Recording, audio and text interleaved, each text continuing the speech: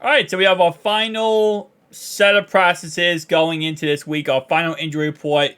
So let's break down what we learned, what we can kind of take away, and how can we get ready for tomorrow's game. So starting off right away, Hakeem Davis-Gaither did not participate in practice all week. He's out again, and he's going to be out probably next week too. So hopefully he comes back sometime soon. His knee injury is that bad apparently.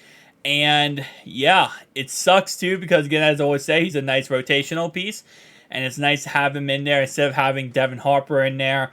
We can at least have somebody who knows his defense, who can rotate correctly. And it sucks, but it is what it is, right? Orlando Brown was a full participant in practice yesterday, limited the last 2 days before that. He said 100% he's ready to go, so he is good to go.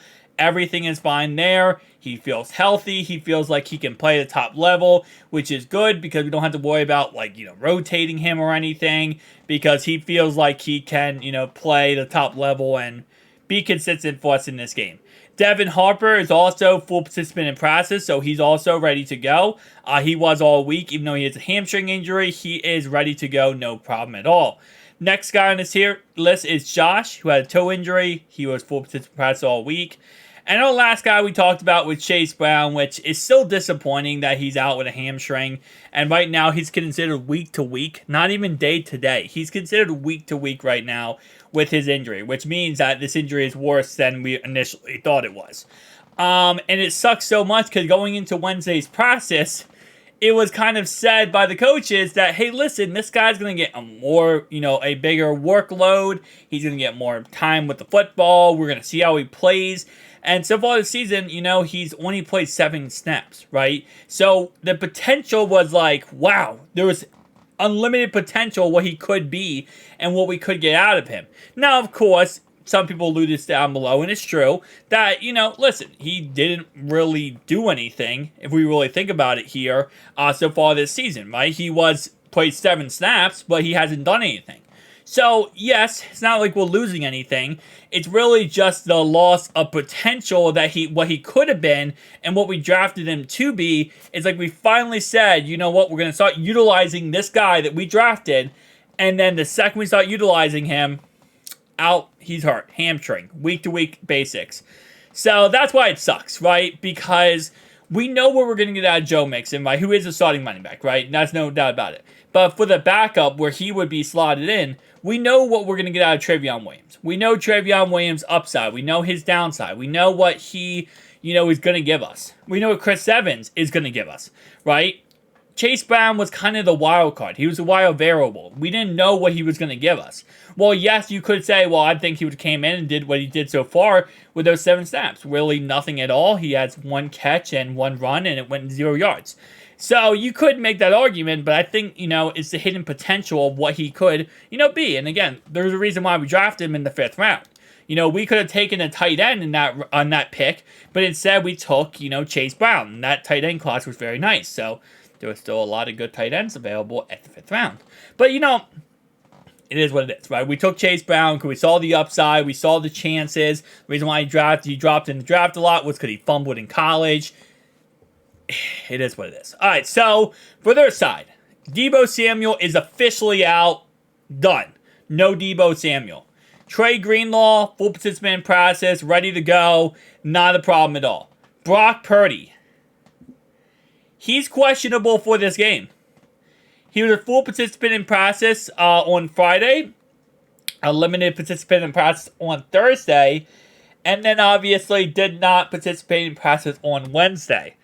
And this is where things get interesting, right? Because as I said before, if you do test out of the, concussion protocol, then you could actually play here.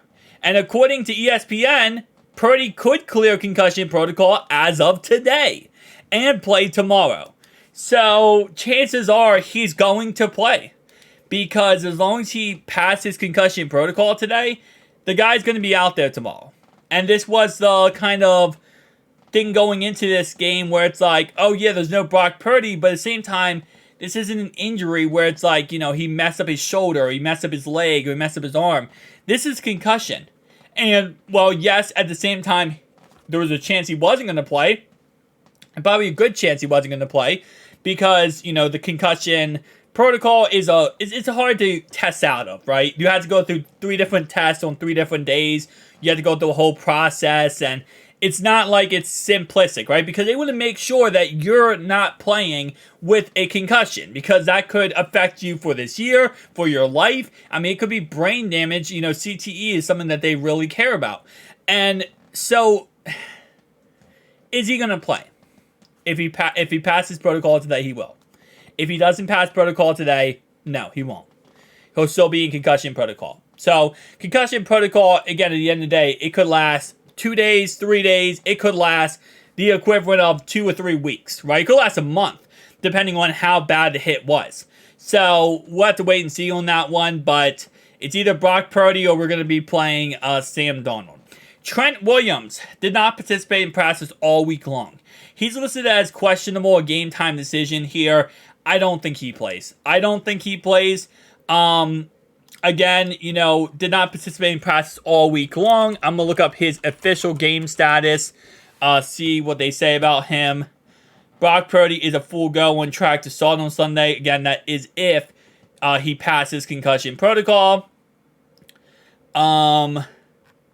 Trent Williams, there isn't really much about him that's really breaking him down. He's listed as questionable for Sunday's game against the Cincinnati Bengals, but there isn't really a thing that says he's going to play or he isn't going to play. So I think right now it's just a game time decision.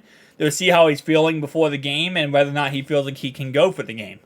And then the last 2 guys here, full participant in practice, both guys, Fowles and Christian McCaffrey. So we're going to be playing them at pretty much full strength. Now that Brock Purdy most likely, there's a good chance he will play, we're going to have to play a very tough game versus them.